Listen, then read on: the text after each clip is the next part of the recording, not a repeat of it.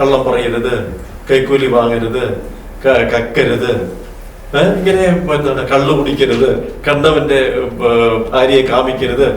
ഈ ഒരു വ്യവസ്ഥ അല്ലെങ്കിൽ ഭരണ സംവിധാനം തന്നെ ഈ തിന്മയെ പ്രൊമോട്ട് ചെയ്യുന്ന ഒരവസ്ഥയിലേക്ക്.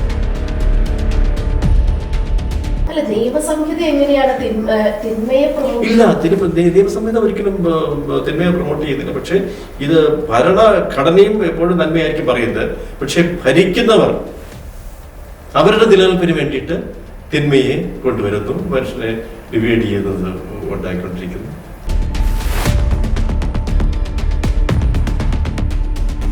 നമ്മൾ അങ്ങനെ ആരെങ്കിലും കണ്ടിട്ടുണ്ട്, ഞാൻ കണ്ടതിൽ ഇന്ന വ്യക്തികൾ ഇങ്ങനെയാണ്, അങ്ങനെ പറയാൻ ഒരു വ്യക്തിയുണ്ടോ?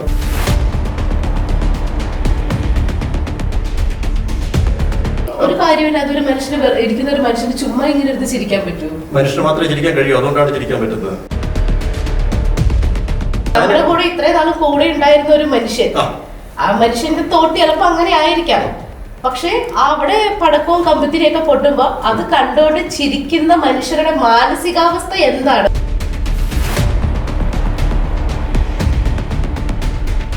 ഒരു ലാഫിംഗ് മിസ്റ്റിക്ക് അദ്ദേഹം എന്താണ് സമാധിയാകാനായിട്ട് തീരുമാനിച്ചു കഴിഞ്ഞപ്പോൾ കുട്ടികളോട് പറഞ്ഞു, അദ്ദേഹത്തിന്റെ ശിഷ്യന്മാരോട് പറഞ്ഞു, നിങ്ങൾ എന്റെ ശരീരം യാതൊരു കാരണവശാലും കുളിപ്പിക്കാനായിട്ട് എടുക്കരുത്. അപ്പൊ ഇദ്ദേഹം മരിക്കുന്നതിന് മുമ്പ് ശരീരത്തിൽ പടക്കങ്ങളും കമ്പിത്തിരികളും ഇതൊക്കെ വെച്ച് കിട്ടിയിരുന്നു. ഇതെല്ലാം പൊട്ടിയപ്പോൾ ആൾക്കാരെല്ലാം അതിലും ചിരിച്ചു. ഇരുളിൽ നിന്നും വെളിച്ചത്തിലേക്ക് നയിക്കുന്നവരാണ് നമ്മുടെ ഗുരു. ഈ പടക്കമൊക്കെ പൊട്ടിത്തെറിച്ചപ്പോ അത് കണ്ട് ചിരിച്ച ശിഷ്യന്മാർക്ക് എന്താണ് ആ ഗുരു കൊടുത്ത സന്ദേശം? എന്താണ്? ഞാൻ പൊട്ടിത്തെറിക്കുമ്പോ നിങ്ങളൊക്കെ ചിരിക്കണം.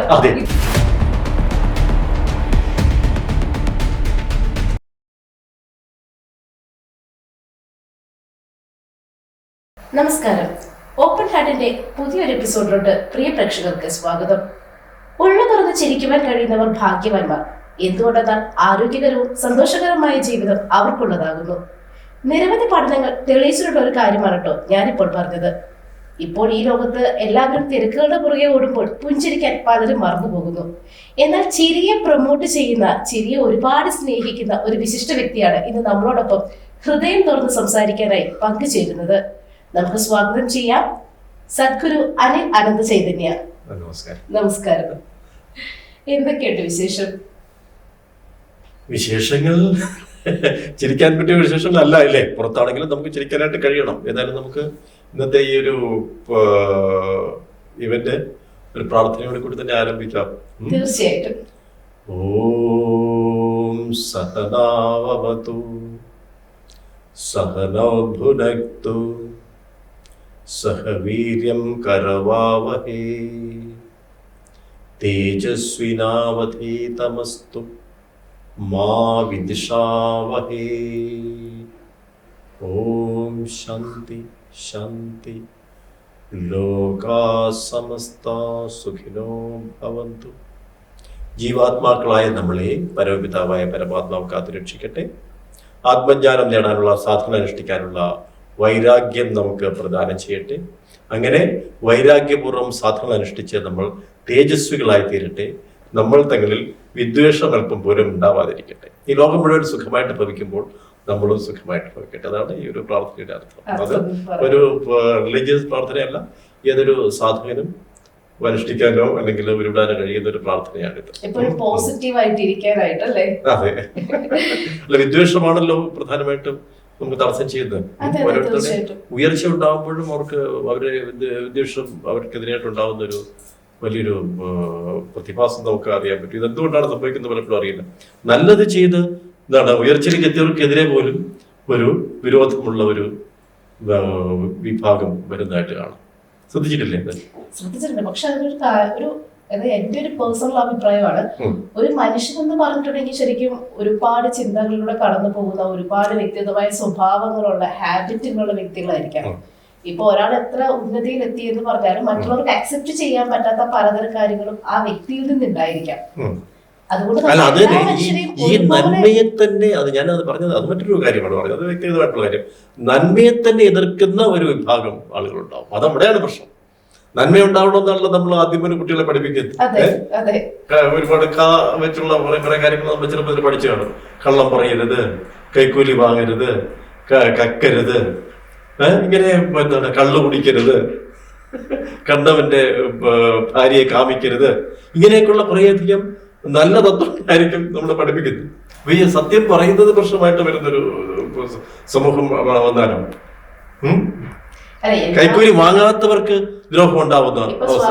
പറഞ്ഞതുപോലെ നമ്മളൊരു പ്രാർത്ഥനയോട് കൂടിയിട്ടാണ് ഞാൻ പറഞ്ഞത്. ഒരു ഓഫീസില് എല്ലാവരും തന്നെ കൈക്കൂലി വാങ്ങിക്കുന്ന ആളുകളാണ്. കൈക്കൂലി വാങ്ങിക്കാത്ത ഒരാളാണ് അതിനകത്ത് പ്രശ്നം. ഇപ്പൊ പറഞ്ഞതുപോലെ നമ്മൾ പറഞ്ഞു പഠിപ്പിച്ചതുപോലെ എല്ലാവരും നന്മ മാത്രം ചിന്തിച്ചിരുന്നുവെങ്കിൽ എന്തോ ഒരു ശാന്തി സമാധാനം പുലർന്നു പോയേനെ. ഇപ്പൊ ഈ പറഞ്ഞ നമ്മൾ പറഞ്ഞ ഒരു നീതിന്യായ വ്യവസ്ഥയുടെ ആവശ്യം പോലും ഇല്ലാതായി പോയത്. പല വ്യക്തികളും മനുഷ്യര് പലവിധമായതുകൊണ്ടാണല്ലോ ഇങ്ങനെ ഒരു ഭരണ സംഘടന, ഒരു നിയമ സംഹിതയുടെ കീഴിൽ നമുക്ക് ജീവിക്കേണ്ടി വന്നിരിക്കുന്നത് അല്ലെ? അല്ലെങ്കിൽ നമുക്കൊരു കൂട്ടായ്മ പോലെ, ഒരു കുടുംബം പോലെ ഭൂമിയിൽ മനുഷ്യരെല്ലാം. ഞാൻ പറഞ്ഞത് വലിയ ആശയമാണ് ഞാൻ പറയാനായിട്ട് ഉദ്ദേശിച്ചത്. ഈ ഒരു വ്യവസ്ഥ അല്ലെങ്കിൽ ഭരണ സംവിധാനം തന്നെ ഈ തിന്മയെ പ്രൊമോട്ട് ചെയ്യുന്ന ഒരു അവസ്ഥയിലേക്ക് വരും. അവിടെയാണ് നമ്മൾ നേരത്തെ പറഞ്ഞ ഈ 4 പില്ലേഴ്സിന് പുറമെ ഒരു 5th പില്ലർ ഉണ്ടായിരുന്നു, മാഫിയ എന്ന് പറഞ്ഞൊരു പില്ലർ ഉണ്ടാകുന്നു. അതിന്റെ സപ്പോർട്ട് ഈ ഭരിക്കുന്നവരിൽ നിന്നുണ്ടാകുന്നു, മീഡിയയിൽ നിന്നുണ്ടാകുന്നു. അവിടെയാണ് എന്റെ പ്രശ്നം വരുന്നത്. ഇല്ല, നിയമസംഹിത ഒരിക്കലും തിന്മയെ പ്രൊമോട്ട് ചെയ്യുന്നില്ല. പക്ഷെ ഇത് ഭരണഘടനയും എപ്പോഴും നന്മയായിരിക്കും പറയുന്നത്. പക്ഷെ ഭരിക്കുന്നവർ അവരുടെ നിലനിൽപ്പിന് വേണ്ടിയിട്ട് തിന്മയെ കൊണ്ടുവരുന്നു, മനുഷ്യനെ ഡിവൈഡ് ചെയ്യുന്നത് ഉണ്ടായിക്കൊണ്ടിരിക്കുന്നു. ഇതെല്ലാമാണ് പ്രശ്നം ചെയ്യുന്നത്. അപ്പൊ അവിടെയാണ് നേരത്തെ പറഞ്ഞൊരു മാഫിയ വൽക്കരണം എന്ന് പറഞ്ഞ് മറ്റു ഒരു വളരെ പ്രധാനപ്പെട്ട നമ്മുടെ ഈ 4 പില്ലേഴ്സിന് അപ്പുറത്തുള്ള ഒരു പില്ലർ എല്ലാത്തിനെയും ഭരിക്കുന്ന ഒരു അവസ്ഥയിലേക്ക് വരുന്നത്. അപ്പൊ ഇവരെല്ലാവരും തന്നെ ഈ എന്താണ് അതിന് വിധേയരാകേണ്ട ഒരു അവസ്ഥ വരുന്നത്. അല്ല, നമ്മളിപ്പോ ഒരു ജനാധിപത്യ രാജ്യത്താണ് ജീവിക്കുന്നത്. ജനങ്ങളാൽ തിരഞ്ഞെടുക്കപ്പെട്ടവരാണ് ഈ ഭരണ തലപ്പത്തിരിക്കുന്നത്. അവരിൽ എന്തെങ്കിലും ഒരു പോസിറ്റീവ് ഇല്ലാതെ ജനങ്ങൾ അവരെ വോട്ട് ചെയ്ത് അവരുടെ നേതാവായിട്ട് അല്ലെങ്കിൽ അവരുടെ നേതൃനിരയിലേക്ക് എത്തിച്ചേരും. അതെ, അതാണ് ഈ ഡെമോക്രസിയുടെ കാലം വന്നതിന് ശേഷവും ഇപ്പോഴത്തെ ഭരണാധികാരികള് പഴയ രാജാവിനെ പോലെ ചിന്തിക്കുകയും അതുപോലെ പ്രവർത്തിക്കുകയും ചെയ്യുമ്പോഴാണ് പ്രശ്നം വരുന്നത്. അവിടെയാണ് അതിന്റെ തുടക്കം തന്നെ. ജനാധിപത്യം എന്ന് പറയുന്നതിനെ എന്താണ് നമ്മൾ കടക്കി ഇടത്തി വയ്ക്കുന്ന ഒരു പ്രധാനപ്പെട്ട കാര്യം അതാണ്. അവിടെ ആണ് നമ്മൾ നേരത്തെ പറഞ്ഞ് ഇത് നിലനിർത്താൻ വേണ്ടിയിട്ട് പലതരത്തിലുള്ള കുൽസിത പ്രവൃത്തികളും അവർ ചെയ്യുന്നു. ധനസമാഹരണം. അപ്പോൾ ജനാധിപത്യം മാറ്റി ധനാധിപത്യത്തിലേക്ക് വരും. നമുക്ക് എല്ലാവരെയും അടച്ചങ്ങനെ പറയാൻ പറ്റും. എല്ലാവരെയും അടച്ചു പറയുന്നതല്ല. നമ്മൾ അങ്ങനെ ആരെങ്കിലും കണ്ടിട്ടുണ്ട്, ഞാൻ കണ്ടതിൽ ഇന്ന വ്യക്തികൾ ഇങ്ങനെയാണ്, അങ്ങനെ പറയാൻ ഒരു വ്യക്തി ഉണ്ടോ? അങ്ങനെ പറയാൻ പാടില്ല. ഞാനത് വ്യക്തിപരമായിട്ടുള്ള രീതിയിലാണ് പറയുന്നത്. വ്യവസ്ഥിതി ഇതാണ് ആവശ്യമെന്നൊരു ഒരു മിഥ്യാധാരണ പുതിയ തലമുറയിൽ ഉണ്ടാക്കിയെടുക്കുന്നു. അവിടെയാണ് എന്റെ പ്രശ്നം. ഈ ഒരു വ്യവസായവൽക്കരണം എന്ന് പറയുന്നത് തന്നെ ആ ഒരു തരത്തിലേക്ക് മാറിക്കൊണ്ടിരിക്കുകയാണ്. തൊഴിലാളികൾക്ക് പ്രാധാന്യമുള്ള ഒരു തൊഴിൽശാല എന്ന് പറയുന്നത് പതുക്കെ മാറ്റിയിട്ട് മുതലാളിക്ക് ധനം ഉണ്ടാക്കാൻ വേണ്ടി മാത്രമുള്ള ഒരു സ്ഥാപനമായി മാറുന്നെങ്കിൽ അവിടെ പ്രശ്നമാണ്. നേരത്തെ പറഞ്ഞ നമ്മൾ തിരഞ്ഞെടുക്കുന്ന ആളുകളെ തിരിച്ചു വിളിക്കാനുള്ള ഒരു അവകാശം കൂടി മനുഷ്യനുണ്ടെങ്കിൽ ജനാധിപത്യം കുറച്ചുകൂടെ ശക്തമാകുന്നു. ഏത് സമയത്തും അവർ തന്നെ നിൽക്കുമ്പോൾ ചിലപ്പോൾ ജയിക്കാതെ പോകുന്നത് ജനങ്ങൾക്ക് അവരുടെ ഭരണത്തിൽ അസംതൃപ്തി ഉള്ളത് കൊണ്ട്. പലപ്പോഴും അങ്ങനെ കാണുന്നില്ലല്ലോ. മാറ്റാൻ പറ്റുമെങ്കിൽ മാറ്റാൻ കഴിയണം. അതാണ് ജനാധിപത്യത്തിന്റെ ഒരു നിലവാരത്തിലേക്ക് എത്തുന്നത്. അവിടെയാണ് പറ്റണം. അത് ജനത്തിന് ഓരോ വർഷവും വേണമെങ്കിലും നമ്മൾ തിരഞ്ഞെടുത്തവരെ തിരിച്ചു വിളിക്കാനും പുതിയ ആളിനെ അവിടെ സപ്ലിമെന്റ് ചെയ്യാനുള്ള കഴിവുണ്ടായിരിക്കണം. ആ തരത്തിൽ മാറ്റപ്പെടണം ജനാധിപത്യം. അപ്പോഴാണ് ജനത്തിന് നേരത്തെ പറഞ്ഞത് ഈ ചില തരത്തിലുള്ള വ്യക്തികൾ മാത്രം തന്നെ അധികാരത്തിൽ വരാനായിട്ടുള്ള ഒരു ജെറിറ്റോക്രസി എന്ന് പറയുന്ന ഒരു സംഗതി. ഒരു എത്ര പ്രായം ചെന്ന് നമ്മൾ പറയുന്ന വിഷയത്തിൽ നിന്ന് മാറിപ്പോകുന്നു. അവർ ചെയ്യുന്ന കാര്യങ്ങളിലെ നന്മകൾ കണ്ടറിഞ്ഞ ഒരു പറ്റം ആൾക്കാർ അവർക്ക് വോട്ട് ചെയ്ത് ജയിപ്പിക്കുന്നത് കൊണ്ടാണ് ഈ ജയിക്കാൻ. നമ്മുടെ വിഷയം മാറിപ്പോയെങ്കിലും ആർഗ്യുമെന്റ് സേക്കിന് വേണ്ടി പറയുകയാണ്. ഈ നിങ്ങൾ എതിരായിട്ടുള്ള ഒരു വോട്ട് ചെയ്താൽ അത് അവരുടെ പെട്ടിയിൽ തന്നെ വീഴുന്ന സംവിധാനം ഈ ഇലക്ട്രോണിക് സംവിധാനം ഉണ്ടാക്കിയെടുത്ത് എന്ത് ചെയ്യാൻ പറ്റും? ഭരിക്കുന്നവര് ചെയ്യാൻ പറ്റില്ലേ? ഈസി ആയിട്ട് കഴിയുന്ന കാര്യമാണ് വരുന്നത്. നിങ്ങൾ തിരിച്ച് ഇവരെ തിരിച്ച് ഇറക്കണമെന്നുള്ള രീതിയിൽ നിങ്ങൾ വോട്ട് ചെയ്യുന്നു. പക്ഷെ നിങ്ങൾ വോട്ട് വീഴുന്നത് ഈ ഭരിക്കുന്നവർക്ക് തന്നെയാണ് വീണ്ടും വീഴുന്നെങ്കിലും. അങ്ങനെ സംവിധാനം ഉണ്ടാക്കുന്നിടത്താണ് നേരത്തെ പറയുന്നത് ധർമ്മബോധം നഷ്ടപ്പെടുന്ന ഒരു അവസ്ഥ വരുമ്പോഴാണ് ഇത്. നമുക്ക് ഇത് ഈ വിഷയത്തെക്കുറിച്ച് ഞാൻ ഭംഗി നിരാണ് സംസാരിച്ചിട്ട് മാത്രമേ ഉള്ളൂ. പക്ഷേ ഈ നമ്മുടെ വിഷയം എന്ന് പറഞ്ഞു കഴിഞ്ഞാൽ ഈ എന്താണ് ശരിയാണെന്നാണല്ലോ പറഞ്ഞത്. ചിരിക്കുമ്പോൾ ഉണ്ടാകുന്ന ഗുണങ്ങൾ, ഈ ചിരിക്കുന്ന മനുഷ്യനെ കൊല്ലാൻ കഴിയാത്തൊരവസ്ഥ വരണം. ഇപ്പൊ മറ്റേ ഒരു സ്കൂളില് ഒരു കുട്ടിയെ സാറ് അടിക്കാനായിട്ട് പിടിക്കും, അവൻ ചിരിക്കുകയാണെങ്കിൽ എന്ത് ചെയ്യുന്നു, അവര് ചെറുതായിട്ട് അടിക്കുന്ന ഒരു അവസ്ഥ. എനിക്ക് പേഴ്സണലായിട്ട് അനുഭവം ഉണ്ട്. കൊച്ചുകുട്ടിയായിരുന്ന സമയത്ത് എനിക്ക് അനുഭവം ഉണ്ടായിട്ടുള്ള കാര്യമാണ്. മറ്റേ സാറിന് എന്നെ അടിക്കാൻ തോന്നാത്തൊരവസ്ഥ വരും. അങ്ങനെ അടിച്ചിരുന്നിട്ടുണ്ട്. ജീവിതത്തിൽ ഏറ്റവും മനോഹരമായിട്ട് കണ്ടിട്ടുള്ള ഒരു ചിരി അതാണ്. ചിരിച്ചിട്ടുള്ളതല്ല, കണ്ടിട്ടുള്ള ഒരു ചിരി. ആരുടെ ചിരിയാണെന്നാണ് ഉദ്ദേശിച്ചത്? അതെ, ആരുടെ ചിരിയാണ്, ഏത് സാഹചര്യത്തിലാണ്? അത് പെട്ടെന്ന് ഓർത്തെടുക്കാനായിട്ട് കഴിയുന്നില്ല. പക്ഷെ നമ്മളെ ഒരു ബുദ്ധന്റെ ചിരിയാണ് ഏറ്റവും പ്രധാനപ്പെട്ട. നമ്മളെപ്പോഴും മോന മന്ദഹാസം എന്ന് പറയുന്ന ബുദ്ധന്റെ പ്രതിമയിൽ കാണുന്ന ചിരി. ബുദ്ധനെ കണ്ടിട്ടില്ല. അല്ല, അതാണ് ഞാൻ ഈ പറഞ്ഞ തരത്തില് ചിന്തിച്ചപ്പോൾ എനിക്ക് പെട്ടെന്ന് തോന്നിയതാണ്. പക്ഷെ നമ്മള് എന്താണ് കണ്ണാടിയിൽ നോക്കുമ്പോൾ നമ്മുടെ മുഖം കണ്ടി നമുക്ക് ചിരിക്കാൻ കഴിയും. പിന്നെ ഈ ചിരിയുടെ കാര്യം ചാർലി ചാപ്പിളിന്റെയോ അല്ലെങ്കിൽ അടർബാസിയോ റെംഡസറിന്റെയോ ഒക്കെ ചിരിയുടെ കാര്യത്തിൽ നമ്മൾ ചിന്തിക്കേണ്ടി വരും. ചിലപ്പോൾ നമ്മുടെ ചെറുപ്പകാലത്തുണ്ടായ ചിരികളുടെ സംഗതിയാണ്. ഞാനൊരു കാര്യം ചോദിച്ചോട്ടെ, ചിരികൾ തന്നെ പലവിധമുണ്ട്. ഞാൻ നേരത്തെ ചിരിയുണ്ട്. അതെ, ഈ നമ്മള് കണ്ണാടിയുടെ മുമ്പിൽ പോയി നിന്ന് നമ്മളെ തന്നെ നോക്കി ചിരിക്കുമ്പോൾ, അതായത് അത് ഏതർത്ഥത്തിൽ എങ്ങനെ എന്ത് മനസ്സിൽ കണ്ടാ ചിരിക്കുന്നത്? ഏതർത്ഥത്തിൽ കാണിച്ചിരിക്കുന്നത്? പണ്ട് എല്ലാ ദിവസവും രാവിലെ എനിക്ക് എഴുന്നേറ്റ് കണ്ണാടി പോയിട്ട് ഞാൻ കൊള്ളാം, അത് നമുക്കൊരു പോസിറ്റീവ് നമ്മൾ നോക്കി. അതല്ലാതെ എപ്പോഴും നോക്കി നമ്മൾ സ്വയം നോക്കി എന്ത് പറഞ്ഞാണ് ആത്മകഥ, എന്ത് ആത്മകഥത്തിലാണ് ചിരിക്കുന്നത്? ഇപ്പൊ നേരത്തെ ചിരിയുടെ പലതരത്തിലുള്ള ചിരിയുണ്ട്. ശരിയാണ്, കണ്ടാലൊരു ചിരി, കാണാതൊരു ചിരി, കാര്യം കാണാനൊരു കള്ളച്ചിരി എന്നൊക്കെ പറയുന്ന പണ്ട് പറയുന്ന സംഗതി. അപ്പൊ ഒരാളിനെ നമ്മള് വശീകരിക്കാൻ വേണ്ടി നമ്മൾ വെറുതെ ചിരിച്ചെന്നിരിക്കും, കാര്യം കാണാൻ വേണ്ടി ചിരിച്ചെന്നിരിക്കും. ഇതെല്ലാം അങ്ങനത്തെ ചിരിയല്ല. നമ്മള് ഇപ്പൊ ഒരു പ്രത്യേകിച്ച് ഒന്നുമില്ലെങ്കിൽ പോലും ഈ ലാഫിംഗ് മെഡിറ്റേഷൻ എന്നതിന്റെ ഒരു തത്വത്തിലേക്ക് നമ്മൾ തിരിച്ചു വരികയാണെങ്കിൽ, അതാണല്ലോ നമ്മളിവിടെ ചർച്ചകൾ ഉദ്ദേശിച്ചത്. അതിന് പ്രധാനമായിട്ടും ഒരു വിഷയവും ഇല്ലാതെ നമുക്ക് ചിരിക്കാൻ കഴിയണം, വെറുതെയുള്ള ചിരി. അപ്പൊ ഇതിന്റെ ഒരു ഹിസ്റ്ററി നമ്മൾ പരിശോധിക്കുകയാണെങ്കിൽ ഈ ബുദ്ധന്റെ കാലഘട്ടത്തെ ഇത് ആരംഭിച്ചു എന്നാണ് പറയുന്നത്. അപ്പൊ ബുദ്ധ ഭിക്ഷുക്കള് ഒരു കവലയിലേക്ക് വരുന്നു. എന്നിട്ട് അവര് വലിയ തടിയുള്ള നമ്മുടെ ലാഫിംഗ് മിസ്റ്റിക്സ് എന്നാണ് അവർ അറിയപ്പെട്ടത്. അവരിങ്ങനെ വെറുതെ ചിരിക്കുന്നു. അപ്പൊ ഇത് കണ്ടുകൊണ്ട് കുറച്ച് ആൾക്കാര് ഇവർക്ക് ചുറ്റും ഇങ്ങനെ കൂടിയിട്ട് ഇവർ ആദ്യം വിചാരിക്കും ഒരു ഭ്രാന്തന്മാരാണോ എന്നൊക്കെ വിചാരിച്ചിട്ട് അവർ കുറച്ച് അവർ ചിരി കണ്ടിട്ട് വെറുതെ ചിരിക്കുന്നു. വെറുതെ തമാശ ഒന്നും പറയുന്നില്ല. ഇത് കഴിഞ്ഞിട്ട് കുറച്ചുകൂടെ കഴിയുമ്പോഴത്തേക്ക് ഈ പിന്നെ കൂടിയവരും എല്ലാം ചിരിക്കുന്നു. ചിരിക്കുന്ന കാണുമ്പോൾ ചിരിക്കാനുള്ള ഒരു ഇതാണ് പ്രേരണ മനുഷ്യനുണ്ട്. അല്ല, അതാണ് ഞാൻ പറയാം. അത് അത്ര നല്ല ചിരിയാണെന്ന് എനിക്ക് തോന്നുന്നില്ല. കാരണം ഒരു മനുഷ്യൻ വെറുതെ ഇരുന്ന് ചിരിക്കണമെങ്കിൽ അയാളുടെ മാനസികാവസ്ഥ ഏത് രീതിക്ക് ഇരുന്നത് ചിരിക്കണമെന്ന് നമുക്ക് പറയാൻ പറ്റില്ല. ചിരിച്ചാൽ മതി എന്നാണ് നമ്മൾ പറയുന്നത്. ഏത് രീതിയാണെങ്കിലും ഇപ്പൊ പ്രത്യേകിച്ച് ഒരു കാരണമില്ലാതെ ചിരിക്കുമ്പോഴാണ്.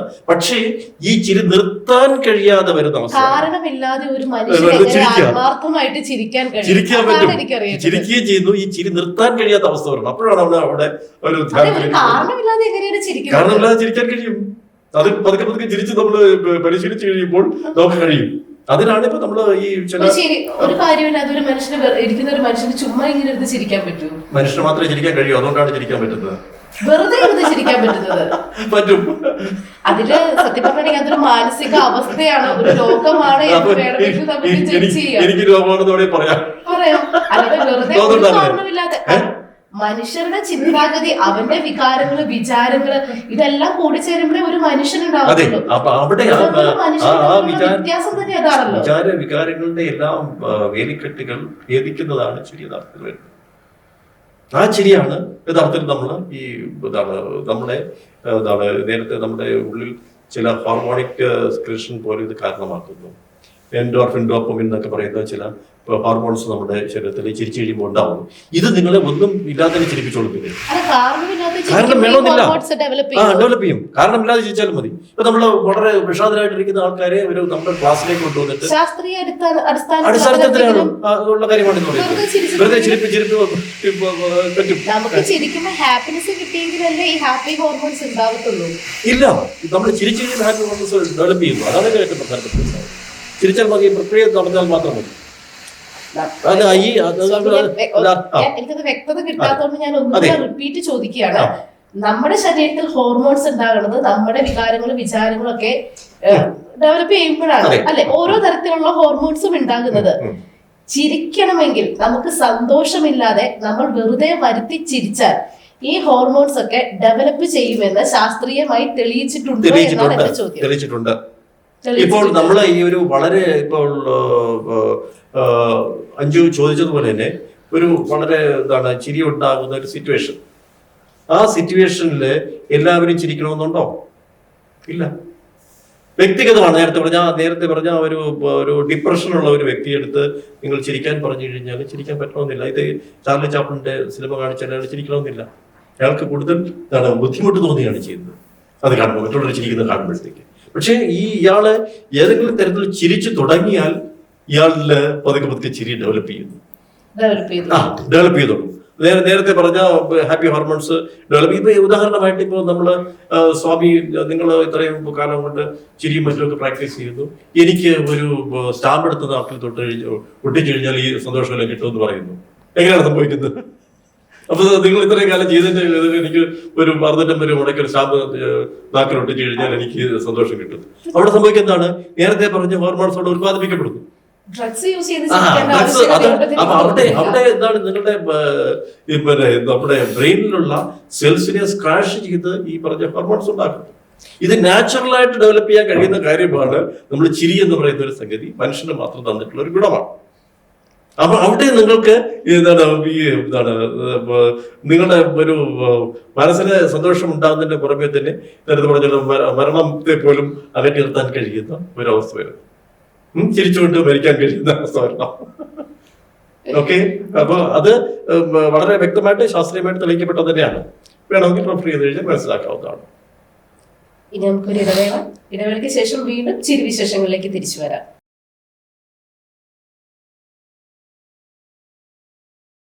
സ്വാമി, ഞാനൊരു കാര്യം ചോദിച്ചോട്ടെ.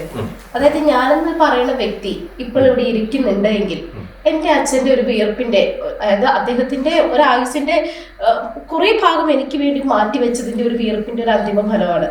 ഒരുപക്ഷെ എന്റെ അമ്മയെക്കാൾ ഉപരി എന്റെ അച്ഛന്റെ ഒരു വിയർപ്പ് കാണും അതിൻ്റെ ഉള്ളിൽ. ഓക്കെ, അപ്പം നമ്മളെല്ലാവരും ആ അച്ഛൻ മരിച്ചു കിടക്കുന്ന സമയത്ത് നമ്മുടെ ഉള്ളിൽ നമുക്കുണ്ടായ ഒരുപാട് വൈകാരിക ബന്ധമുണ്ട് അച്ഛൻ എന്ന് പറഞ്ഞൊരു വ്യക്തിയായിട്ട്. ആ സമയത്ത് അദ്ദേഹത്തിന്റെ വേർപാട് ഉള്ളിലുള്ള ഒരു വിങ്ങൽ തോന്നാതെ ചിരിച്ചു എന്ന് പറയുമ്പോൾ മനുഷ്യൻ എന്ന് എങ്ങനെയാണ് വിശേഷിപ്പിക്കാൻ പറ്റുന്ന ആ മകനെ? ഒരിക്കലും കഴിയില്ല. മനുഷ്യനല്ലാതെ മാറുന്നുണ്ട് നമ്മള്. നമ്മുടെ ശിക്ഷണത്തിലൂടെ യോഗ മാർഗത്തിലേക്ക് വന്നു കഴിയുമ്പോൾ സാധാരണ മനുഷ്യനല്ലാതായി മാറുമല്ലോ നമ്മള് ഈ സിറ്റുവേഷൻ എന്ന് പറയുന്നതിനെ നമ്മൾ കൈകാര്യം ചെയ്യുന്നത് എങ്ങനെയെന്നനുസരിച്ചിരിക്കും. ഈ അഞ്ജുവിന്റെ ഒരു വിഷാദമല്ല എനിക്കുള്ളത്. മറ്റേ എല്ലാം ഇവിടെയൊക്കെ ഇപ്പൊ എല്ലാം ഇടിഞ്ഞു വീണാലും ഞാൻ ചിലപ്പോൾ ചിരിച്ചുകൊണ്ടിരിക്കും. അത് നമ്മുടെ ശിക്ഷണത്തിലൂടെ ദീർഘകാലം കൊണ്ട് ഉണ്ടാക്കിയെടുത്ത ഒരു കാര്യമാണ്. എന്റെ കർത്തവ്യം എന്ന് പറയുന്നത് അച്ഛന്റെ കണ്ണുകൾ ദാനം ചെയ്യാനുള്ള പ്രക്രിയയായിരുന്നു എന്നുള്ളതിലേക്ക് ഞാൻ ഫോക്കസ് ചെയ്തപ്പോൾ അച്ഛന്റെ അവസാനത്തെ ആഗ്രഹം സന്തോഷം, ആ ഒരു സന്തോഷത്തിന്റെ പുഞ്ചിരി ആ ശവസംസ്കാരത്തിൽ ഉടനീളം നീണ്ടു നിന്നു എന്ന് പറഞ്ഞപ്പോൾ മാത്രമല്ല അദ്ദേഹം കുറച്ച് ഏജിലായിട്ട് മരിക്കുന്ന ആളാണ്. 4-5 ഹാർട്ട് അറ്റാക്ക് വന്ന് മരിച്ച ആളാണ്. ഇദ്ദേഹം എന്റെ കയ്യിലിരുന്നാണ് മരിക്കുന്നത്. അപ്പൊ ഇദ്ദേഹത്തിന് അവരില്ലാതാകുമ്പോഴേ ഞാനൊരു അഡൾട്ട് ആകൂ എന്നാണ് ഞാൻ വിശ്വസിക്കുന്നത്. എന്ന് വെച്ചിട്ടുണ്ടെങ്കിൽ ഇല്ലെങ്കിൽ എപ്പോഴും എനിക്കൊരു സങ്കടം, എനിക്കൊരു വിഷമം തോന്നുമ്പോ ഓടി ചെല്ലുമ്പോ എന്നെ പൊതിഞ്ഞു പിടിക്കാൻ എനിക്കൊരു ഇടം ഉള്ളിടത്തോളം കാലം ഞാൻ കുഞ്ഞാണ് അവർക്ക്. ഞാനും അവരുടെ കുഞ്ഞായിട്ടിരിക്കാനാണ് ആഗ്രഹിക്കുന്നത്. അതെനിക്ക് നഷ്ടപ്പെടുന്ന ആ ഒരു നിമിഷം എന്ന് പറയുന്നത് നമ്മള് മനസ്സിലാക്കുന്നത് ഇത് മരണമെന്ന് പറയുന്നത് സന്തോഷിക്കാനുള്ള കാര്യം കൂടിയാണ് എന്നുള്ളൊരു സംഗതിയാണ് മനസ്സിലാക്കുന്നത്. നമ്മുടെ ഈ ടോയ്ൽ ഓഫ് ദി ബോഡിയിൽ നിന്ന് ഒരാൾ രക്ഷപ്പെടുകയും കൂടി ചെയ്യുകയാണത്. ആ ഒരു ബോധം ഉണ്ടാകുമ്പോഴാണ് നമ്മുടെ ശരീരം നിരന്തരം നമുക്ക് ചിലതരം പീഡകൾ തന്നുകൊണ്ടിരിക്കുക, അതിൽ നിന്ന് രക്ഷപ്പെടുകയും കൂടിയാണ്. അതുകൊണ്ടാണ് നേരത്തെ പറഞ്ഞ ലാഫിംഗ് മിസ്റ്റേക്കുകളുടെ ഒരു കഥയിൽ ഞാൻ പറയാൻ വന്നത്. ഏജറായിട്ട് കിടപ്പിലായിരുന്നു അച്ഛൻ? ഇല്ല, ഏജറായിട്ട് കിടപ്പിലായിരുന്നു. അത് സിനിമ കണ്ടോണ്ടിരുന്നപ്പോഴാണ് മരിച്ചത്. പക്ഷേ നിരന്തരം ഈ എന്താണ് ട്രീറ്റ്മെന്റിന്റെ ആയിട്ടുള്ള പ്രശ്നങ്ങളുണ്ടായിരുന്നു. സ്വാമി പറഞ്ഞ ഒരു കാര്യം ഞാൻ എഗ്രി അപ്പൊ അതേസമയം കിടപ്പിലായിരുന്നു, ആ ഒരു അവസ്ഥയിലൊക്കെ ആയിരുന്നുവെങ്കിൽ ഞാൻ കുറച്ചൊക്കെ എഗ്രി ചെയ്തത്. അതല്ലായിരുന്നു. പക്ഷെ സന്തോഷപരമായിട്ട് അദ്ദേഹത്തിന് ശരീരം വിടാൻ കഴിഞ്ഞല്ലോ എന്നുള്ളൊരു ഇതാണ്. എന്റെ ഗുരു മരിച്ചപ്പോഴും ഞാൻ വളരെ സന്തോഷവാനായിരുന്നു. ഞങ്ങൾ എല്ലാവരും സന്തോഷവാന്മാരായിരുന്നു. ഓഷോ മരിച്ചപ്പോഴത്തേക്ക് അവിടെ സെലിബ്രേഷൻ നടത്തിയെന്ന് പറഞ്ഞില്ലേ? എന്തുകൊണ്ട് ആ തത്വം നമ്മൾ മനസ്സിലാക്കുന്നതിന്റെ പ്രശ്നമാണ്. അവിടെയാണ് ഞാൻ നേരത്തെ പറഞ്ഞൊരു കഥയിലേക്ക് വരുന്നത്. ആ കഥ എന്ന് പറയുന്നത് എന്താണെന്ന് ചോദിച്ചു കഴിഞ്ഞാൽ, ഒരു ലാഫിംഗ് മിസ്റ്റേക്ക് അദ്ദേഹം എന്താണ് സമാധിയാകാനായിട്ട് തീരുമാനിച്ചു കഴിഞ്ഞപ്പോൾ കുട്ടികളോട് പറഞ്ഞു, അദ്ദേഹത്തിന്റെ ശിഷ്യന്മാരോട് പറഞ്ഞു, നിങ്ങൾ എൻ്റെ ശരീരം യാതൊരു കാരണവശാലും കുളിപ്പിക്കാനായിട്ട് എടുക്കരുതെന്ന് പറഞ്ഞു. നിങ്ങൾ നേരെ ചിതയിൽ, ഞാൻ സമാധിയായി കഴിഞ്ഞാൽ ഉടനെ ചിതയിലേക്ക് വെക്കണമെന്ന് പറഞ്ഞു. അപ്പൊ ഇത് ഗുരു പറഞ്ഞത് കൊണ്ട് സാധാരണ ഒരു സിസ്റ്റം എന്താണ്, ഈ കുളിപ്പിക്കുന്ന സിസ്റ്റം ഉണ്ടെങ്കിൽ അത് ചെയ്യാതെ ചിതിയിലേക്ക് വെച്ചു. ചിതിയിലേക്ക് ചിത കത്തിക്കഴിഞ്ഞപ്പോഴത്തേക്ക് ധാരാളം പടക്കങ്ങൾ ഇങ്ങനെ പൊട്ടാൻ തുടങ്ങി. അപ്പൊ ഇദ്ദേഹം മരിക്കുന്നതിന് മുമ്പ് ശരീരത്തിൽ പടക്കങ്ങളും കമ്പിത്തിരികളും ഇതൊക്കെ വെച്ച് കെട്ടിയിരുന്നു. ഇതെല്ലാം പൊട്ടിയപ്പോൾ ആൾക്കാരെല്ലാം അതിലും ചിരിച്ചു. അപ്പൊ അതൊരു ആറ്റിറ്റ്യൂഡിന്റെ പ്രശ്നമാണ്. എന്താണ് ലൈഫിന്റെ ജന്മം എന്താണ്, അടുത്ത ജന്മം എന്താണ്, ആ ജന്മത്തിന്റെ നമ്മുടെ കർത്തവ്യം എന്താണ്, ഈ തരത്തിൽ ചിന്തിക്കുന്ന ഒരു ആധ്യാത്മിക മേഖലയിലുള്ളവർക്ക് മാത്രമേ ഇത് ഒരു ആധ്യാത്മിക ടൂളായിട്ട് ഉപയോഗിക്കാൻ പറ്റത്തുള്ളൂ. മനുഷ്യത്വം എന്ന വാക്കും കൊണ്ട് എന്തൊക്കെയാണ്? മനുഷ്യത്വം എന്ന് പറയുന്നത് മുമുക്ഷുത്വം വരുമ്പോഴേക്ക് മനുഷ്യൻ അല്ലാതായിട്ട് മാറുന്നു. മോക്ഷകാംക്ഷ ഉണ്ടാവും, മുമുക്ഷുത്വം ഉണ്ടാവണം. മനുഷ്യന്റെ മുമുക്ഷുത്വം ഉണ്ടാകുമ്പോഴാണ് അവൻ അടുത്ത ലെവലിലേക്ക് എത്തുന്നത്. അവിടെയാണ് അവൻ മഹാപുരുഷന്മാരുമായിട്ട് സമ്മേളിക്കാനായിട്ടുള്ള അവസ്ഥ ഉണ്ടാവുന്നത്. അപ്പൊ അത് മഞ്ജു അതിന് ആ തരത്തിൽ അല്ലാതൊരു വിഷാദത്തിലേക്കാണ് നിങ്ങൾ പോകുന്നതെങ്കിൽ മഹാപുരുഷന്മാരെ നിങ്ങൾ സന്ധിക്കില്ല. അവരാണ് നിങ്ങൾക്കൊരു സാധനാ പദ്ധതി തരുന്നത്. അവിടെയാണ് നിങ്ങൾ മോക്ഷത്തിലേക്ക് പോകത്തക്ക രീതിയിലുള്ള ഒരു ട്രാൻസ്ഫർമേഷൻ ഉണ്ടാവുന്നത്. ഈ ട്രാൻസ്ഫർമേഷൻ വന്ന ആള് എന്ന് പറയുന്നത് സാധാരണ മനുഷ്യനല്ല. ഞാനൊരു കാര്യം ചോദിച്ചോട്ടെ, വീട്ടിൽ ആരൊക്കെയുണ്ട്? എന്റെ വീട്ടിലിപ്പോ ഞാൻ മാത്രമേ ഉള്ളൂ. അമ്മയും മരിച്ചുപോയി. ഒറ്റയ്ക്കാണ്, വിവാഹം കഴിച്ചിട്ടില്ല. ഒരുപക്ഷെ പറയണത് തെറ്റാണെങ്കിൽ ക്ഷമിക്കണം. ഞാൻ ഓർക്കുകയാണ്, അച്ഛനോട് പോലും ഇത്രയുള്ള ഒരു വൈകാരിക ബന്ധമേ ഉള്ളെങ്കിൽ നമ്മളൊരു ഫാമിലി എന്ന് പറയുമ്പോൾ വളരെയധികം ബന്ധമുണ്ടായിരുന്നു. അതുകൊണ്ടാണ് ഞാൻ സന്തോഷിച്ചത്. എന്റെ മരണം പോലും ഞാൻ സന്തോഷിക്കണമെന്ന് ആഗ്രഹിക്കുന്ന ആളാണ്. എന്റെ സ്റ്റുഡൻസ് ആണെങ്കിലും അവര് എന്നെ ഒരു സന്തോഷമായിട്ട് എടുക്കണം. അതാണ് ഞാൻ നേരത്തെ പറഞ്ഞ ഓഷോയുടെ കാര്യം പറഞ്ഞ. ഓഷോയെ കാണാനായിട്ട് ഞാൻ പണ്ട് ആഗ്രഹിച്ചിരുന്ന സമയത്ത് ഓഷോയെ കാണാൻ കഴിഞ്ഞില്ല. അപ്പൊ അദ്ദേഹം മറ്റേ സമാധി ആകുന്നതും ഗുരുവിന്റെ കാര്യം നമ്മൾ പറഞ്ഞു, ചിതയിലേക്ക് എടുത്തപ്പോ കാര്യം, സ്വന്തം കാര്യത്തിൽ അങ്ങനെ എന്തെങ്കിലുമൊക്കെ പ്ലാൻ ഉണ്ടോ?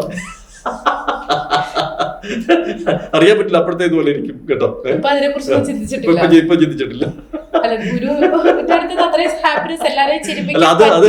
അതൊരു ലാഫിംഗ് മിസ്റ്റേക്കിന്റെ കഥ പറഞ്ഞാണ് ഞാൻ. കഥയാണ്, അത് സംഭവിച്ചാണോ ഇല്ല പോലും നമുക്ക് അറിയില്ല. പക്ഷെ അതിനകത്തൊരു തത്വമാണ് മനസ്സിലാക്കുന്നത്. അവസാന സമയത്ത് പോലും അദ്ദേഹം മറ്റുള്ളവരെ ചിരിപ്പിക്കുക എന്നൊരു ഉദ്ദേശമാണ് ഇവിടെ നമ്മൾ തിരിച്ചറിയുകയാണ്. ഇപ്പൊ ഞാൻ ഇത്രയും നാളും കൂടെ ഉണ്ടായിരുന്ന ഒരു മനുഷ്യൻ, ആ മനുഷ്യന്റെ തോട്ട് ചിലപ്പോ അങ്ങനെ ആയിരിക്കാം. പക്ഷെ അവിടെ പടക്കവും കമ്പത്തിരിയൊക്കെ പൊട്ടുമ്പോ അത് കണ്ടുകൊണ്ട് ചിരിക്കുന്ന മനുഷ്യരുടെ മാനസികാവസ്ഥ എന്താണ്? അതാണ് മാനസികമായിട്ട് ഡെവലപ്മെന്റ് ആയിട്ട് കണക്കാക്കിയാൽ കുഴപ്പമില്ല.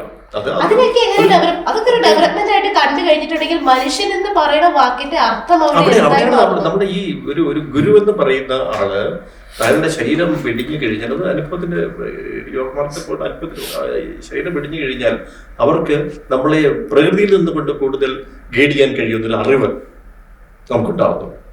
ഇത് നമ്മുടെ ശരീരത്തിൽ നിന്ന് നമ്മൾ ശരീരത്തിന് പുറത്തേക്ക് വരുന്നു ഒരു മനുഷ്യൻ ജീവിച്ചിരിക്കുമ്പോൾ തന്നെ. ഇതിന് തിരിച്ച് ശരീരത്തിലേക്ക് കയറാൻ കഴിയുന്ന അവസ്ഥ വരുമ്പോഴത്തേക്ക് നമുക്ക് ആ സന്തോഷം, ഹാപ്പിനെസ് മനസ്സിലാവും. എന്താണ് നമ്മുടെ ബുദ്ധിമുട്ടെന്ന്. ശരീരം നമ്മള് ഈ എപ്പിസോഡ് തുടങ്ങിയത് തന്നെ ഒരു പ്രാർത്ഥനയിലൂടെയാണ് അല്ലെ? അപ്പോ നമ്മള് ആദ്യം നമ്മൾ പറഞ്ഞു, സ്വാമി കുഞ്ഞുങ്ങൾക്ക് കക്കരുത്, അല്ലെങ്കിൽ ഇങ്ങനെയുള്ള നന്മകൾ മാത്രം പറഞ്ഞ് മുമ്പോട്ട് പോകുവാൻ പാടുള്ളൂ എന്നൊരു കാര്യം പറഞ്ഞിരുന്നു അല്ലെ? അപ്പൊ നമ്മളെല്ലാവരെയും ചെറുപ്പത്തിൽ പഠിപ്പിക്കുന്ന ഒരു കാര്യമുണ്ട്, മാതാ പിതാ ഗുരു ദൈവം അല്ലെ? ഇരുളിൽ നിന്നും വെളിച്ചത്തിലേക്ക് നയിക്കുന്നവരാണ് നമ്മുടെ ഗുരു അല്ലെ? ആ സമയത്ത് ഈ പൊട്ടിത്തെറിക്കുമ്പോ അല്ലെങ്കിൽ പടക്കമൊക്കെ പൊട്ടിത്തെറിച്ചപ്പോ അത് കണ്ട് ചിരിച്ച ശിഷ്യന്മാർക്ക് എന്താണ് ആ ഗുരു കൊടുത്ത സന്ദേശം? എന്താണ്? ഞാൻ പൊട്ടിത്തെറിക്കുമ്പോ നിങ്ങളൊക്കെ ചിരിക്കണം, ഇതാണോ കൊടുത്ത സന്ദേശം? ഇതാണ് സന്ദേശം. ഞാൻ എൻ്റെ ശരീരത്തിന്റെ പീഡകളിൽ നിന്ന് ഞാൻ മുക്തനായിരിക്കാം. അപ്പൊ സ്വാമി നമ്മൾ പറഞ്ഞു വന്നത് കൃത്രിമമായി ചിരിച്ചാലും ആ സന്തോഷം മനുഷ്യന് ഹാപ്പി ഹോർമോൺസ് ഉണ്ടാവും, ഡെവലപ്പ് ചെയ്യുമെന്നുള്ളതാണ് പറഞ്ഞു നിർത്തിയിരുന്നത്. ഞാനൊരു കാര്യം ചോദിച്ചോട്ടെ, ഒരു അഗാധ ദുഃഖത്തിൽ അല്ലെങ്കിൽ വിഷാദത്തിൽ ഇരിക്കുന്ന ഒരു മനുഷ്യൻ ഇപ്പോ നിർബന്ധപൂർവ്വം ചിരിക്കേണ്ടി വരുന്ന ഒരു സാഹചര്യത്തിൽ അത് ചിരിച്ചാൽ ഈ ഹോർമോൺസ് ഡെവലപ്പ് ചെയ്യും?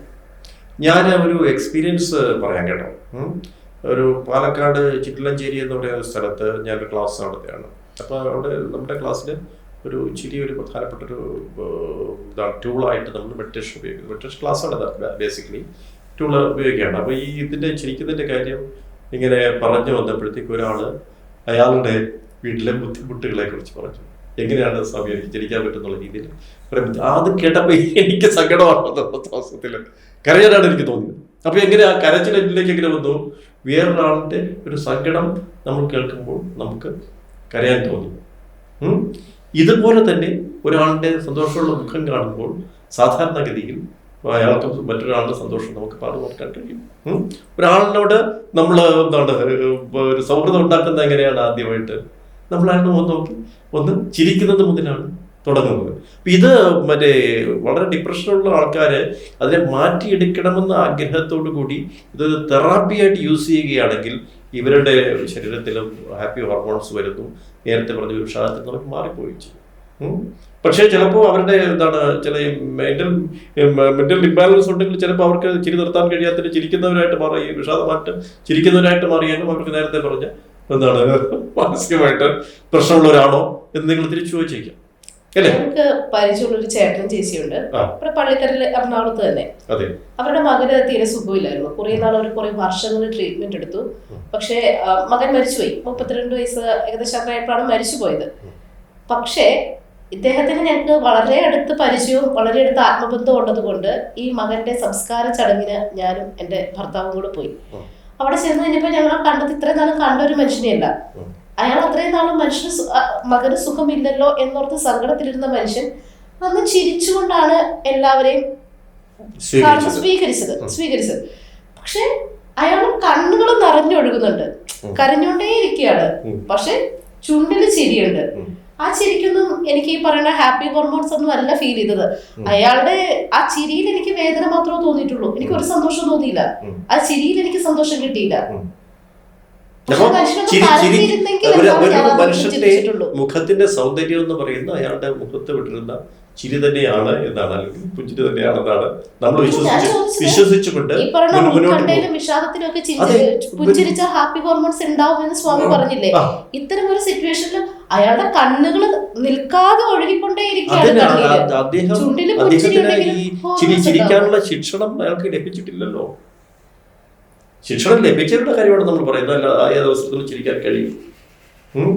എൻ്റെ അച്ഛൻ പഠിച്ചപ്പോൾ ഇത് കാര്യം അയാൾ സ്വാമി എല്ലാം ചിരിച്ചോണ്ടിരിക്കുകയാണല്ലോ, അച്ഛൻ മരിച്ചത് സന്തോഷമാണോ എന്ന് ചോദിക്കുകയും ചെയ്തില്ല. നമുക്ക് ഈ ഒരു ഇദ്ദേഹത്തിന് എൻ്റെ അച്ഛൻ മരിക്കുന്ന സമയത്ത് ഞാൻ ഉടനെ ചിന്തിക്കുകയും പ്രവർത്തിക്കുകയും ചെയ്തത് എന്താണെന്ന് ചോദിച്ചു കഴിഞ്ഞാൽ ഇദ്ദേഹത്തിന് കണ്ണുകൾ ദാനം ചെയ്യണമെന്ന് എന്നോട് പറഞ്ഞിരുന്നു. അപ്പം അത് പ്രാവർത്തികമാക്കാൻ വേണ്ടി എനിക്ക് കരയാൻ കഴിയുന്ന അവസ്ഥ ഞാൻ മാറ്റിവെച്ചിട്ട് ആ പ്രക്രിയയിലേക്ക് അത് നടത്താനായിട്ട് ശ്രമിക്കുകയും അമ്മയെ പോലും അറിയാതെയാണ് ഡോക്ടേഴ്സ് വരികയും കണ്ണുകൾ എടുക്കുകയും ചെയ്തു. അപ്പോൾ ആ സമയത്താണ് പിന്നെ ഇവരൊക്കെ അറിയുന്നത് തന്നെ. അച്ഛൻ എന്നോട് നേരിട്ട് പറഞ്ഞിട്ടുള്ളത് നമ്മൾ പ്രാവർത്തികമാക്കാൻ വേണ്ടി. അപ്പോൾ എനിക്ക് കരയാനുള്ള അവസരമെല്ലാം ഉണ്ടായി. പിന്നെ അപ്പോൾ ഇത് ചെയ്തു കഴിഞ്ഞപ്പോൾ എനിക്ക് വളരെ സന്തോഷമുണ്ടായി. അദ്ദേഹത്തിൻ്റെ ഒരു ആഗ്രഹം നടത്താൻ കഴിഞ്ഞില്ല. അപ്പൊ അതുകൊണ്ട് ഞാൻ ആ പിന്നീടുള്ള എൻ്റെ ശവസംസ്കാര ചടങ്ങിൽ ഞാൻ സന്തോഷവാനായിട്ട് എടുക്കുന്നത്. അത് ചിലപ്പോൾ മറ്റേ സമൂഹത്തിലെ മറ്റുള്ളവർക്ക് ചിലപ്പോൾ പെട്ടെന്ന് അത് അങ്ങോട്ട് അംഗീകരിക്കാൻ കഴിയില്ല. പക്ഷേ ഇത് ചിരിക്കുന്നത് സന്തോഷമായിട്ട് എടുക്കുന്ന, അല്ലെങ്കിൽ മരണം പോലും ചിരി പോലെ ആക്കുന്ന ഒരു ലാഫിംഗ് മിസ്റ്റേക്സിന്റെ ഒരു ജനറേഷനിലാണ് നമ്മൾ വരുന്നതെങ്കിൽ പ്രശ്നമില്ല. സ്വാമിക്ക് എപ്പോഴെങ്കിലും ഒരു കുഞ്ഞിനെ താലോലിക്കണമെന്നൊക്കെ തോന്നിയിട്ടുണ്ടോ? ഉണ്ട്. സ്വന്തം കുഞ്ഞിനെ ഞാൻ ചോദിച്ചത്. കുഞ്ഞുങ്ങളെ സ്വന്തം കുഞ്ഞെന്ന് പറയുമ്പോൾ സ്വാർത്ഥത ഉണ്ടാവുന്നില്ലേ? നമ്മള് പണ്ട് സ്വീകരിച്ചാൽ മതിയല്ലോ എന്ന് ചോദിച്ചല്ലോ. സ്ത്രീകൾക്ക് തോന്നുന്ന പുരുഷന്മാർക്കും എന്റെ കുഞ്ഞിനെ എനിക്കൊന്ന് താലോലിക്കണം എന്ന് തോന്നിക്കൂടായില്ലല്ലോ. അതൊരു പ്രധാനപ്പെട്ട ഒരു ചോദ്യമാണ് ഇപ്പൊ ചോദിച്ചത്. പക്ഷെ അതിലേക്ക് ആ ഒരു വിഷയത്തിലേക്ക് പോകണോ നമുക്ക്? അല്ല സ്വാമിയുടെ അഭിപ്രായം അല്ല എന്താണെന്ന് അതാണ് കേൾക്കാലോ. ആ വിഷയത്തിലേക്ക് പോകണമെന്നുണ്ടെങ്കിൽ നമുക്ക് നേരത്തെ പറഞ്ഞ അല്ല സ്വാമിക്ക് തോന്നിയിട്ടുണ്ടോ ഇല്ലയോ അത് ഒരു പറഞ്ഞാൽ ഒരു ചെറിയ രീതിയിൽ നമ്മൾ ഒരു ഭക്തിയുടെ മാർഗത്തിൽ പറയുകയാണെങ്കിൽ ഉണ്ണിക്കണ്ടൻ മനസ്സിൽ വിളവ് ഉണ്ണികൾ എന്തിനാണ് എനിക്കെന്നുള്ളൊരു തോന്നൽ മതി. ഒന്ന് മറ്റൊരു കാര്യം എന്ന് പറഞ്ഞു കഴിഞ്ഞാൽ ഈ നിങ്ങൾ ശ്രദ്ധിച്ചു കാണുമെന്ന് എനിക്ക് തോന്നുന്നു. അവിടെ സീരിയസ് ആയിട്ടുള്ള കാര്യം പറയണം. ഈ പല ആധ്യാത്മിക പുരുഷന്മാരും എന്താണ് അത്യുന്നതങ്ങളിൽ എത്തി എന്ന് പറഞ്ഞവർക്ക് ആർക്കെങ്കിലും കുട്ടികളോടായിട്ട് തോന്നുന്നുണ്ടോ നിങ്ങൾക്ക്? ആരെങ്കിലും ഒരാളെ പറയാമോ? ഞാൻ അതിലേക്കൊന്നും അധികം റിസർച്ച് ചെയ്ത് നോക്കിയാലും മനസ്സിലാവും. ഞാൻ റിസർച്ച് ചെയ്ത ആളാണ്. എന്തുകൊണ്ടാണ് ഇത് ഒരു പ്രാണന്റെ കണ്ടിന്യൂഷൻ കുട്ടികളിലൂടെ ഉണ്ടാകും. നമ്മള് കുട്ടികളെന്ന് പറഞ്ഞാൽ നിസ്സാരമല്ല, കണ്ടിന്യൂഷൻ ഉണ്ടാകുന്നു. അപ്പൊ ഈ ആ കണ്ടിന്യൂഷൻ അവിടെ ബ്രേക്ക് ചെയ്യുന്നു. സമാധി എന്ന് പറയുന്നതിലേക്ക് പോകണമെന്നുണ്ടെങ്കിൽ ആ കണ്ടിന്യൂഷൻ ബ്രേക്ക് ചെയ്യാനാണ് ഇപ്പൊ ശ്രീനാരായണ ഗുരു, മഹാത്മാവായിട്ടുള്ള ശ്രീനാരായണ ഗുരു, അദ്ദേഹം ഒരു 4-ാം ദിവസം അദ്ദേഹത്തിന്റെ ഭാര്യ ഉപേക്ഷിച്ചതുകൊണ്ടാണ്. ഈ തത്വം അറിയാവുന്നതുകൊണ്ടാണ്. പലരും അത് അദ്ദേഹം ഉണ്ടാക്കിയ കല്യാണമല്ല, സഹോദരിയും അമ്മയും കൂടെ കൊണ്ടുവന്ന കല്യാണമാണ്. എന്തുകൊണ്ട് അദ്ദേഹം അത് ഇത് ചെയ്തു? ഈ സെക്സിനെ എത്രയോ പ്രൊമോട്ട് ചെയ്യുന്ന ഓഷോയ്ക്ക് ഒരു കുട്ടികളില്ലല്ലോ. എന്തുകൊണ്ട് അവർക്ക് അല്ല കുട്ടികളില്ല? അവര് ഈ തത്വം അറിയാവുന്നതുകൊണ്ടാണ്. അത് കുട്ടികളുണ്ടായാൽ നിങ്ങൾക്ക് ഈ പ്രാണൻ വഴിയുള്ളൊരു ബന്ധം ഉണ്ടാകുകയും നിങ്ങളെ ത്രാണനം ചെയ്യണമെന്നുണ്ടെങ്കിൽ ഈ പുത്രൻ വീണ്ടും നിങ്ങൾക്ക് എന്താണ് ശേഷക്രിയകൾ ചെയ്യണം. ഇത് ഇല്ലാതെ ഒരു ആധ്യാത്മിക ആചാര്യം ചെയ്യുന്ന പറഞ്ഞു കഴിഞ്ഞാൽ സ്വയം ഈ കർത്തവ്യം ചെയ്യുന്നു. ഞാൻ തന്നെയാണ് എൻ്റെ മകനും എന്നുള്ളൊരു തത്വത്തിലേക്ക് എത്തണം. അതുകൊണ്ടാണ് ഇവര് ഈ അറിയാവുന്നവർ പലരും തന്റെ കുട്ടികളെ ഉണ്ടാവാൻ കണ്ടിന്യൂഷൻ ഉണ്ടാക്കാനായിട്ട് ശ്രമിക്കില്ല. നമ്മുടെ ഒരു ആത്മീയ ജീവിതത്തിലേക്ക് കടന്നു പോകണമെങ്കിൽ നമുക്കൊരു സ്പാർക്ക് ഉണ്ടാവണം. അതെ, തീർച്ചയായിട്ടും. സ്വാമിയുടെ ടേണിംഗ് പോയിന്റ് എന്തായിരുന്നു? എന്റെ ടേണിംഗ് പോയിന്റ് എന്ന് പറഞ്ഞാൽ ഞാൻ നേരത്തെ പറഞ്ഞോളൂ, ഞാൻ പലരെ പോലെയും എന്താണ് സാമൂഹ്യ ജീവിയായിട്ട് തന്നെ ജനിച്ച ആളാണ്. എങ്കിലും ചില ഇൻക്ലിനേഷൻ എൻ്റെ ഉള്ളിൽ ഉണ്ടായിരുന്നിരിക്കാം. എനിക്ക് ഉണ്ടായ ടേണിംഗ് പോയിന്റ് എന്ന് പറയുന്നത് ഞാൻ ഒരു നിത്യചൈതന്യയെ കാണാനായിട്ടുള്ള അവസരം ഉണ്ടായി. നേരത്തെ ഞാൻ പറഞ്ഞല്ലോ, ഓഷോയെ കാണണമെന്ന് വിചാരിച്ചിരുന്നു. ഗുലാം ഇൻസ്റ്റിറ്റ്യൂട്ടിൽ ഞാൻ ഒരു ഫിലിം അപ്രിസിയേഷൻ കോഴ്സ് പഠിക്കുന്ന സമയത്ത് അവിടെ പോകണമെന്ന് വിചാരിച്ചു. പക്ഷെ അത് കഴിഞ്ഞില്ല. അതിന് മുമ്പ് അദ്ദേഹം സമാധിയായി പോയി. അപ്പോൾ അതിൻ്റെ ആ സെലിബ്രേഷൻ എനിക്ക് ഒരു ഭയങ്കര ഇൻട്രസ്റ്റിംഗ് ആയിട്ട് തോന്നി. പക്ഷെ ഞാനിങ്ങനെ തിരിച്ച് നാട്ടിലേക്ക് വന്നപ്പോൾ ഒരു സുഹൃത്ത് എന്നെ ഒന്ന് വിളിച്ചു. മിസ്റ്റർ ഉമാപതി എന്ന് പറഞ്ഞൊരു സുഹൃത്തല്ല, ഒരാളെ വിളിച്ചു. അതിൻ്റെ സുഹൃത്തായി പിൽക്കാലത്ത്. എന്നിട്ട് ഇദ്ദേഹം എന്നെ ഗുരു നിത്യചൈതന്യയെ കാണാനായിട്ട് വരണമെന്ന് പറഞ്ഞിട്ട് അദ്ദേഹം എന്താണ് അങ്ങനെ പറയാൻ കാരണം എന്താണ്? ഞാൻ ഇത്തരം വിശ്വാസങ്ങളിൽ വേറെ തരത്തിൽ മാറി നിൽക്കുന്ന ആളാണല്ലോ, ഇന്റലക്ച്വൽ ലെവലിൽ കാര്യങ്ങൾ കാണുന്ന ആളായതുകൊണ്ട് ഞാൻ ചോദിച്ചപ്പോൾ അദ്ദേഹം പറഞ്ഞു, ഞാൻ കുറച്ചു കാലം മുമ്പ് ആത്മഹത്യ ചെയ്യാനായിട്ടുള്ളൊരു പ്രേരണ ഉണ്ടായപ്പോഴത്തേക്ക് ഗുരുവാണ് എന്നെ രക്ഷിച്ചതെന്ന് പറഞ്ഞു. അപ്പം എനിക്ക് അങ്ങനെ ആത്മഹത്യ ചെയ്യണമെന്നൊരു പ്രേരണ ഒരു തോന്നലുണ്ട്. പിന്നെ ഞാൻ അതിന് പോകണം, അതെല്ലാം അതിൽ കാണണം എന്ന് പറഞ്ഞ് നിർബന്ധിച്ചൊക്കെ. അപ്പോൾ അതിന് ഊട്ടിയിൽ പോകാമെന്ന് പറഞ്ഞു. ഊട്ടിയിൽ പോകാനായിട്ട് ഞാൻ വിസമ്മതിച്ചു. കാരണം എനിക്ക് അന്ന് ആസ്മയുടെ കംപ്ലൈൻറ്റ് ഉണ്ട്. ആസ്മയുടെ കംപ്ലൈൻറ്റ് ഉള്ളപ്പോൾ ഈ ഊട്ടിയിൽ പോയപ്പോൾ എനിക്ക് ബുദ്ധിമുട്ടുണ്ടായി. അതുകൊണ്ട് ഞാൻ ഊട്ടിയിലോട്ട് പോകുന്നില്ല എന്ന് പറഞ്ഞു. പക്ഷേ പുള്ളി വീണ്ടും നിർബന്ധിച്ച് വർക്കല ഗുരുകുലത്തിൽ ഒരു കൺവെൻഷൻ നടന്നപ്പോൾ എന്നെ കൊണ്ടുപോയി. അപ്പൊ അവിടെ ചെന്ന് നേരത്തെ പറഞ്ഞ പോലെ ഗുരുവുമായിട്ട് ഒരു സംവാദത്തിൽ ഏർപ്പെടുകയും ഗുരുവിന്റെ ചില പ്രസന്റേഷൻസ് കാണുകയും ചെയ്തപ്പോഴാണ് ഈ വിഷയം നമ്മൾ തിരസ്കരിക്കേണ്ടതല്ല, ഇത് പഠിക്കേണ്ട വിഷയമാണെന്നുള്ളൊരു ബോധം ഉണ്ടാവുകയും ആ പഠനത്തിലൂടെയാണ് പിന്നെ നമ്മൾ ഒട്ടനവധി ഗുരുക്കന്മാരിലേക്ക് എത്തിച്ചേരുകയും ഈ പറഞ്ഞ ഒരു പദ്ധതികൾ ഡെവലപ്പ് ചെയ്യുകയും ചെയ്തത്. ആ പദ്ധതികൾ ഡെവലപ്പ് ചെയ്തപ്പോഴാണ് നമ്മൾ പലതിൻ്റെയും പുറത്തേക്ക് വന്നത്, അറിവ് കിട്ടിയപ്പോഴത്തേക്കാണ് പുറത്തേക്ക് വന്നത്. അപ്പോൾ ഒരു എന്നേറ്റൊരു മാസ്റ്റർ ആവണം എന്നുള്ളൊരു ഇതാണ് ദൃഢമായിട്ടുള്ള. ചെറുപ്പത്തിൽ കഥയിൽ ബുദ്ധന്റെ കഥ, ബുദ്ധൻ ബോധോദയം ഉണ്ടായപ്പോയെന്നൊക്കെ പറഞ്ഞ കഥയിലേക്ക് കേട്ടിട്ടുണ്ട്. മരുത്താമലയിൽ ചെന്നിരുന്ന ധാരാളൊരു ചട്ടമ്പിസ്വാമിയും ധ്യാനിച്ചിരുന്നു എന്നുള്ള കാര്യങ്ങൾ മനസ്സിലായി. ഇതിന്റെ നമ്മുടെ വീട്ടില് വളിയൻ വാങ്ങിച്ചു വെച്ചിരുന്ന ഒരു പുസ്തകം ഉണ്ടായിരുന്നു, വിവേകാനന്ദ സാഹിത്യ സംഗ്രഹം എന്ന് പറഞ്ഞത്. ആ പുസ്തകം ഞാൻ വെറുതെ മറിച്ചു നോക്കിയിട്ടുണ്ടായിരുന്നു. പിന്നീട് അതെടുത്ത് പഠിക്കാനായിട്ട് ശ്രമിച്ചു. സന്തോഷം പുഞ്ചിരിയൊക്കെ എല്ലാവരും ആഗ്രഹിക്കുമല്ലോ. ഇപ്പൊ ഇത്രയും നേരം നമ്മുടെ അടുത്ത് ഒരുപാട് കാര്യങ്ങൾ പങ്കുവെച്ചു, ഒരുപാട് കാര്യങ്ങൾ ചിരിപ്പിച്ചു, ഞങ്ങൾ ഒരുപാട് പരസ്പരം ചിരിച്ചു എന്ന് സംസാരിച്ച്. അതുപോലെ എല്ലാവരിലേക്കും സന്തോഷവും സമാധാനവും പുഞ്ചിരിയും പടരട്ടെ. ഇത്രയും നേരം വിലപ്പെട്ട സമയം നമുക്ക് തന്ന അനിൽ സ്വാമിയോട് ഒരുപാട് നന്ദി. സ്നേഹപൂർവ്വം നമുക്ക് അടുത്ത എപ്പിസോഡിൽ വീണ്ടും കണ്ടുമുട്ടാം.